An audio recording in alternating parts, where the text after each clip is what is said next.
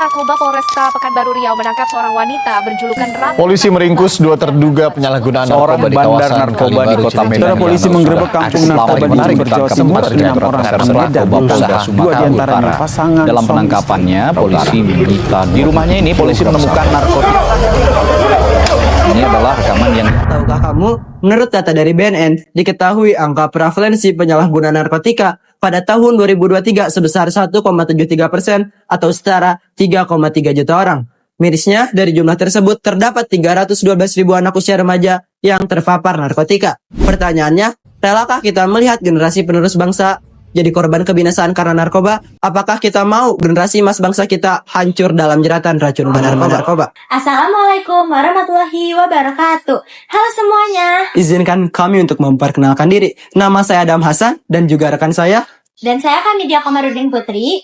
Kami merupakan siswa dan siswi yang duduk di bangku kelas 11 SMA Negeri 1 Dayakolot selaku perwakilan kelompok yang beranggotakan nama-nama berikut ini.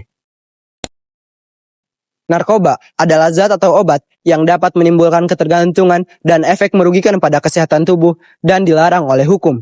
Islam menegaskan bahwa narkoba jauh lebih berbahaya dari homer karena tidak hanya memabukkan tetapi juga dapat menghilangkan akal secara permanen, merusak moral dan kesehatan fisik, serta psikologis. Ibnu Taimiyah rahimahullah berkata, narkoba sama halnya dengan zat yang memabukkan yang dilarang berdasarkan kesepakatan para ulama. Bahkan, setiap zat yang dapat menghilangkan akal haram untuk dikonsumsi walau tidak memabukkan. Kitab Majmu' Al-Fatawa jilid 34 halaman 204. Ada jenis-jenis narkotika. Narkotika dibagi menjadi 3 golongan. Yang pertama, narkotika golongan 1. Narkotika golongan 1 ini sangat berbahaya dan dapat menimbulkan ketergantungan yang tinggi. Dan ini hanya boleh dipergunakan untuk penelitian ilmiah, bukan untuk pengobatan. Contohnya seperti ganja, opium, kokain, heroin, sabu, dan juga ekstasi. Yang kedua, ada narkotika golongan 2. Narkotika golongan 2 ini dapat digunakan untuk pengobatan dengan resep dokter. Dan ini tetap berisiko kecanduan. Contohnya seperti morfin, alfaprodina, petidin, fentanil, dan juga metadon. Yang selanjutnya dan yang terakhir ada narkotika golongan ketiga. Narkotika golongan 3 ini dapat digunakan untuk pengobatan juga terapi. Yang ini resiko kecanduannya lebih rendah. Contohnya seperti kodein, buprenorfin, dan juga etilmorfina. Selanjutnya ada dampak dari penyalahgunaan narkoba. Yang pertama, gangguan pada organ vital tubuh seperti hati, ginjal, dan paru-paru. Yang kedua, kerusakan sistem saraf dan juga mental. Ini dapat menyebabkan depresi dan juga gangguan perilaku.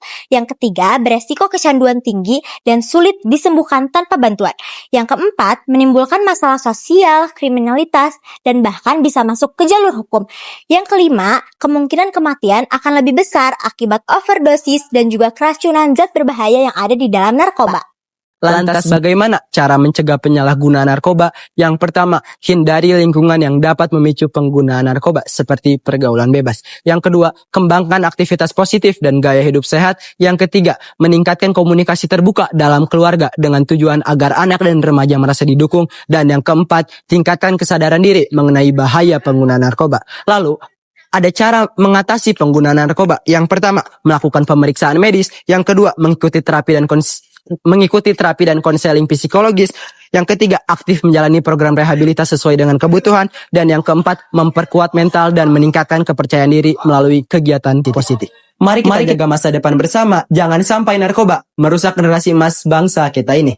Kami akhiri, saya Adam Hasan dan juga rekan saya Kamidia Komarudin Putri. Pamit undur diri. Wassalamualaikum warahmatullahi wabarakatuh.